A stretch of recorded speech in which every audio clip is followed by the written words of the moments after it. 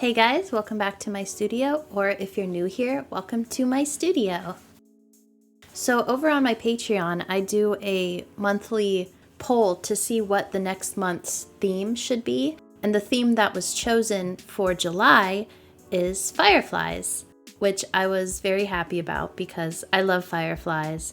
And is it just me, or has there been a lot of fireflies this year?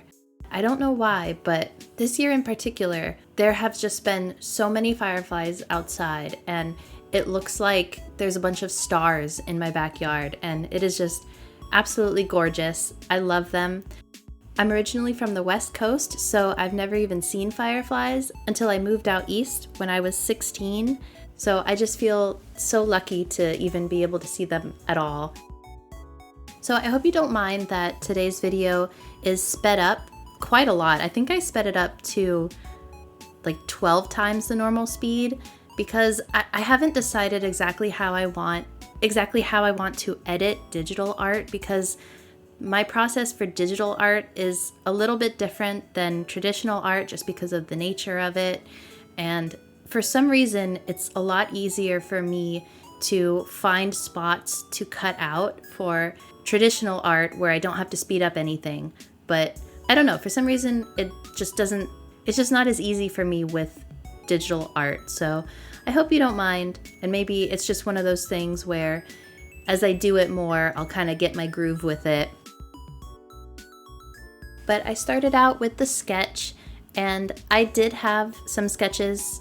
I did some sketching in my sketchbook before I moved it over to digital, just to get sort of an idea of what I wanted to draw and kind of the direction I wanted to go. And I decided that instead of just one sticker and maybe like a wallpaper or something, I wanted to do a whole sticker sheet because I had never done one before, and I thought it would be a really fun way to challenge myself. And I just also felt really inspired because it's summertime and everything is just so vibrant outside, and it's very hot, which I don't love. But it's worth it just seeing all the activity that's outside, all the little bugs on the flowers, and especially the fireflies at night. So I've just been very inspired by nature in general. So instead of just some fireflies, I wanted to give it kind of a July theme. So I also have some aster on the top left that I'm drawing, as well as hydrangea on the bottom right. After doing the sketch and figuring out where I wanted everything to go, I did the line art, and it's not that special. I use the same brush for pretty much everything when I do digital art, at least almost everything. It's called SU Cream Pencil. I'll put a link in the description below, but it's a really nice mix of like a silky, blendable brush that also kind of behaves like a pencil. I don't really know how to describe it other than it is like a cream pencil. But I find that it's really fun to draw with, and it gives just a little bit of texture to everything, which I've been really into lately. So I've just been really liking that brush for like the past year or maybe even longer. I've been using it for quite a while, but it's by far my favorite brush in Clip Studio.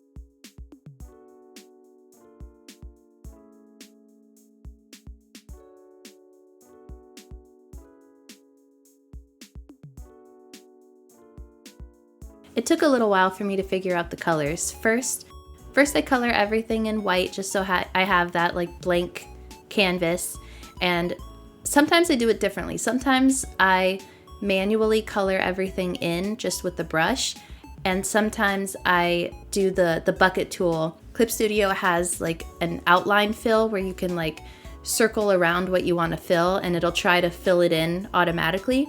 And sometimes that can make it quicker, but I find, I don't know if it's the brush that I'm using, but there's usually a little bit of extra outside the lines that I have to manually erase. So sometimes I'm okay with doing that. If it's a bigger drawing, that can actually be a lot faster than just manually filling everything in. For this, I wanted to just fill everything in. I was just feeling it, I guess. It also took a really long time for me to figure out a color scheme. I was not sure which direction I wanted to go. I just knew that I wanted it to be a little on the darker side, like I wanted a really dark purplish blue, and I didn't know what I wanted to do beyond that. So it looks like I did this really quickly, but it actually took quite a while. In fact, I'm using in Clip Studio, there's a way for you to record your art automatically without having to like record your iPad screen or whatever you're using. And then you can export that as an animation. And that's what I did here, just to quickly show me like figuring out the colors, because again, it did take a while. First I wanted the hydrangea to be blue, but then I decided that there was too much blue in the picture and I wanted an extra color, so I added in some pink, and I was really happy with that decision. I think I wanted a blue for the hydrangea because I don't have blue hydrangeas. I have pink and purple ones, but I see a lot of people with blue hydrangeas, and I don't know if it's maybe a grass is greener situation, but I always thought they were so beautiful, and I kind of want blue hydrangeas, but I don't know if I want to mess with the soil to get blue hydrangeas, so I might have to just look at my neighbor's hydrangeas instead.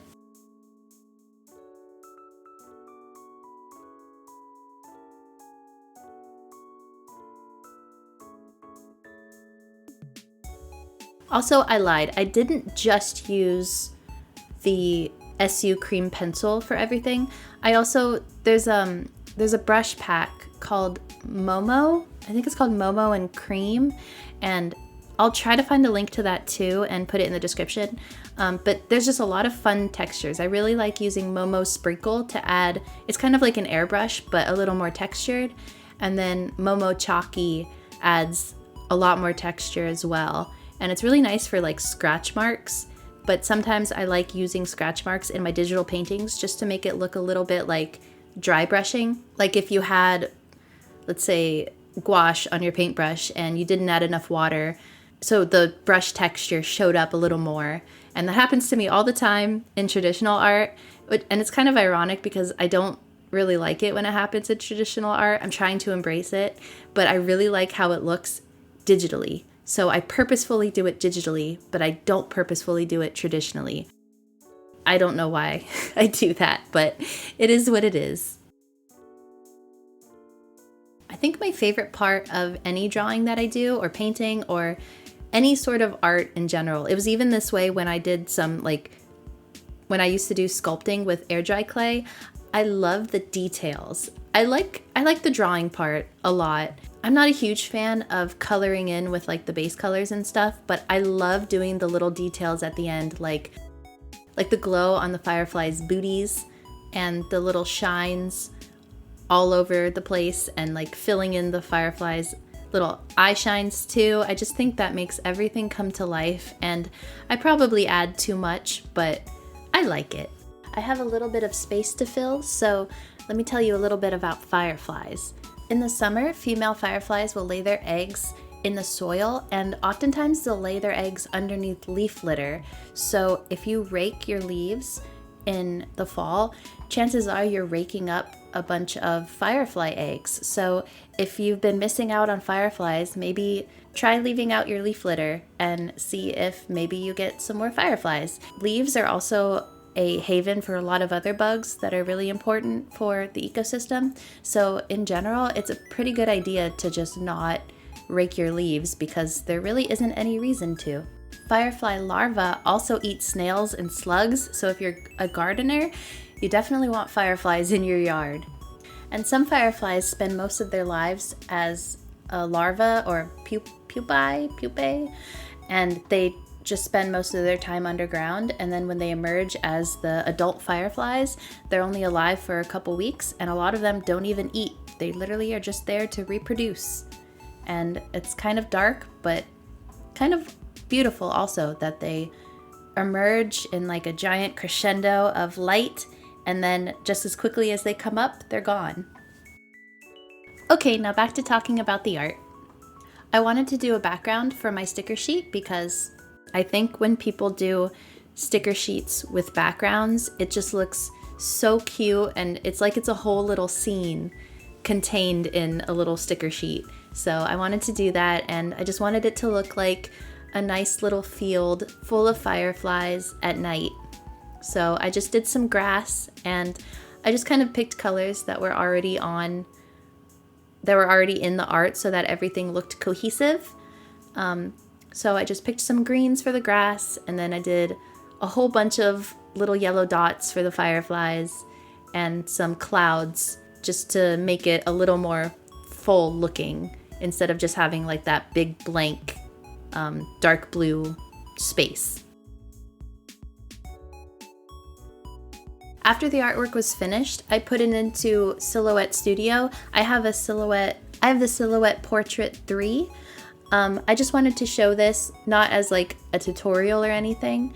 There are some really great tutorials on making sticker sheets out there, so if you're looking for any, I'll also put a link down to the one that I used, except I used different settings. So I don't know what was up with my blade, but for some reason it just would not fully cut out the middle part. So I had to try it several different times, and the settings that I'm showing here are the ones that ended up working. So it might be different for you, and I think it's just going to be a matter of trial and error to see what works for your machine.